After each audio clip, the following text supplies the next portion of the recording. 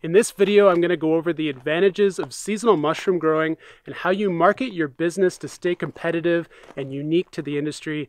That's coming up next.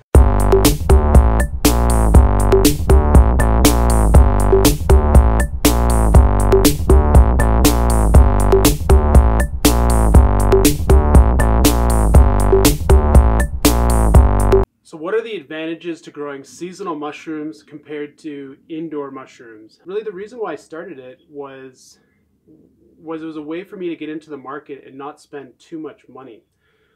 Now that's what I thought, and then kind of as I got into it, I realized that the research wasn't really there for strain selection and there wasn't much available, so I had to do extensive research, and it's really taken me about 6 years of ongoing research to figure out what mushrooms grow well in my region.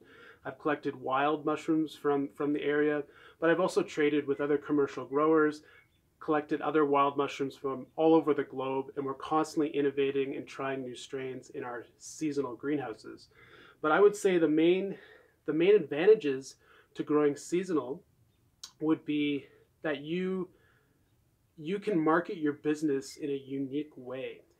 So it's not, I don't grow seasonal mushrooms to save me money in any way. If anything, the research has taken me years, and the infrastructure that we have needed to produce the scale that we're at has cost a lot of money.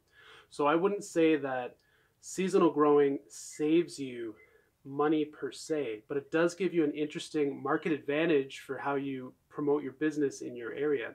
We sell our mushrooms seasonally to our chefs and to the farmers market, which means that we don't actually allow our clients to pick what they want to have on their menus. We will have specific varieties that will run between 4 and 8 weeks. It really depends on the season and a specific mushroom species. And we'll be harvesting anywhere between 2 and 3 varieties every week. And then for their chefs, we just give them usually 2 varieties in a mixed box once a week. So we try to have a competitive price, and we try to have unique varieties that we think our clients will like. And we also try to offer unique varieties that maybe they've never seen before. So a good way to start your business if you want to grow seasonal varieties is focus on oyster mushrooms. Every chef knows what oyster mushrooms are, and in most cases, oyster mushrooms are still considered a unique specialty product, especially when you get into growing different strains and you can market all the different oyster varieties, because in a general sense, in the large wholesale market, oyster mushrooms are oyster mushrooms. They're not really broken down by variety, and they're not marketed by the different species. So being a seasonal grower, you have the advantage to grow all these different seasonal unique oyster strains, and you can sell them by those strains, but also you can market them by uniqueness, and you can charge a premium if it's a really unique variety that's not in your market. And if it's an oyster variety that doesn't yield as much, you can also offer a premium so you get your price per pound that you're looking for on your average block. So being a seasonal grower, I think, gives you a lot more flexibility in your market, but it also allows you to grow a lot of unique stuff. And then it all comes down to educating your clients on what you're growing. So we started our business on tree oyster, blue oyster, and elm oyster. And then over the years, we've got into yellow, pink, and phoenix oyster. We've tried the aspen oyster, which is Pleurotus populinus. And there's probably a few other oyster varieties that I'm not thinking of right now, but that's what we focus specifically on. And then we moved into lion's mane and Pioppino, and we got into king oyster a little bit later because I wasn't sure how that variety would work. So I waited on that. But the point is that I started on known oyster varieties. Then we kind of expanded our offerings, and then we got into the specialty varieties, and we're constantly doing that. We're always introducing new species to restaurants so that they have something unique from us every year. So this year we're working on the abalone, which is Pleurotus nebridensis. We're going a little bit heavier on our chestnut mushroom, which is Pholiota Abduposa. We're going to be switching to a different lion's mane strain. Right now we're focusing on 069, which is a wild clone out of Portland, Maine that I actually got from Eric out of Cap and Stem, but he found that in the wild on the East Coast.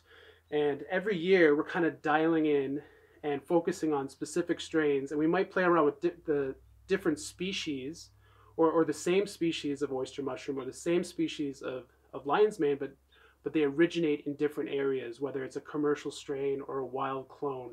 And we're always looking for something that thrives in our seasonal conditions in our greenhouses. So they have to have a wide temperature fluctuation. They have to be able to handle the cold nights that we get here, but also handle the peak day temperatures as we're getting into summer.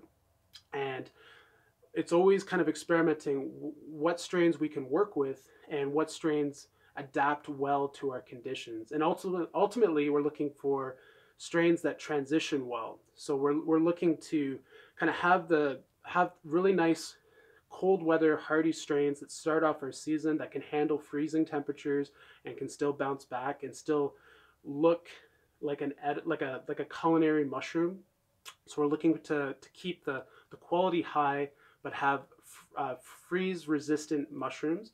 So for those strains we have is our tree oyster, which is 005, and our local indigenous pearl oyster, which we call 050.